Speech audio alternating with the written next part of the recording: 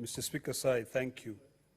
And I rise to support the statement by the distinguished senator from Wasingishu.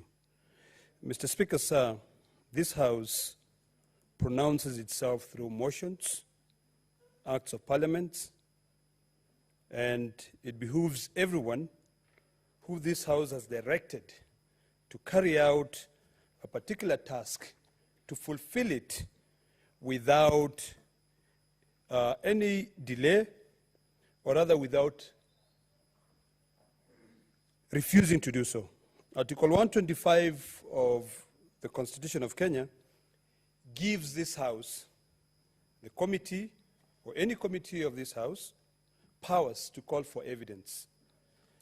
Mr. Speaker, sir, when I listened to my colleagues, and after I read the statement by the distinguished senator from Wasingishu, I find that this is a problem that calls for sanctions. This is an issue that in this House we cannot take lightly. Our standing orders are very clear.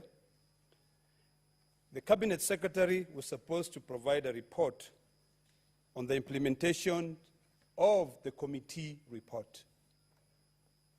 But 60 days after, I'm yet to see a report submitted by that Cabinet Secretary. This begs the question, what is it that we do in this House? Do we just come here and enjoy good allowances? Do we come here and enjoy taxpayers' money, use taxpayers' money, pronounce ourselves, but then no one takes action? This is a serious offense of the rule of law.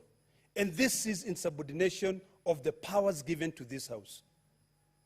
And Mr. Speaker, sir, we should not even be asking for any more report. I think what we ought to do is to sit down, either if we are not able to come up with an implementation committee to ensure that any pronouncements of this House are fully implemented to the letter, we sit down and draft a legislation that put heavy sanctions to those who are directed by this House to carry out certain things to be able to save this country.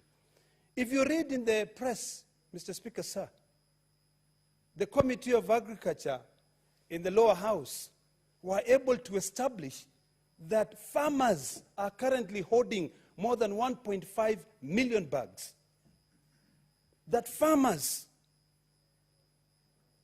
were, that in the NCPB and in farmers' grain storage have about 1.7 million bags.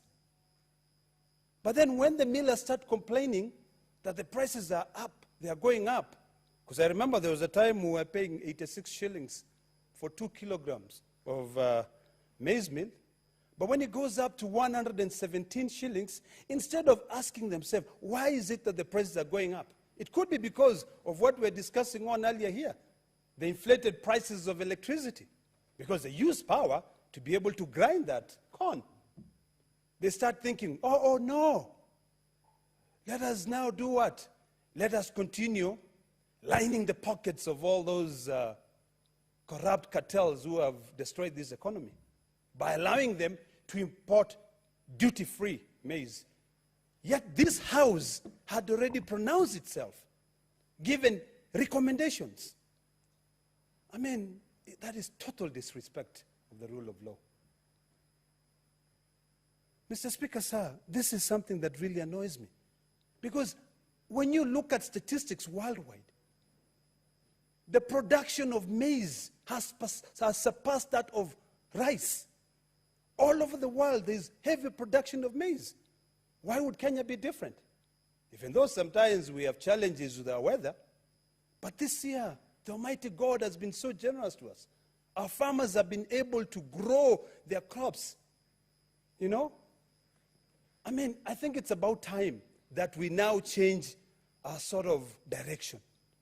It is about time that we do not only ask for a statement, but in fact, I would even request my sister, through the Committee of Agriculture and the powers given to the Committee of Agriculture by this Constitution, Article 125, call for evidence that the Minister of Agriculture implemented the recommendation of that committee. Because if we don't follow that direction, Mr. Speaker, sir, we'll be coming here ranting, talking, and nobody would give a hoot in hell on what we say.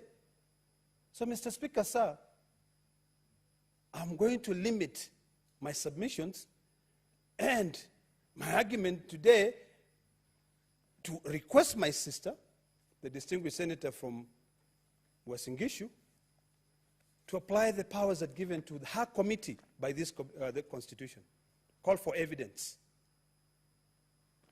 And finally, applies our Parliamentary Powers and Privileges Act if that witness, or rather if the Cabinet Secretary refuses to provide evidence that he implemented the recommendation of that committee, penalize him so that people can begin to take this House seriously.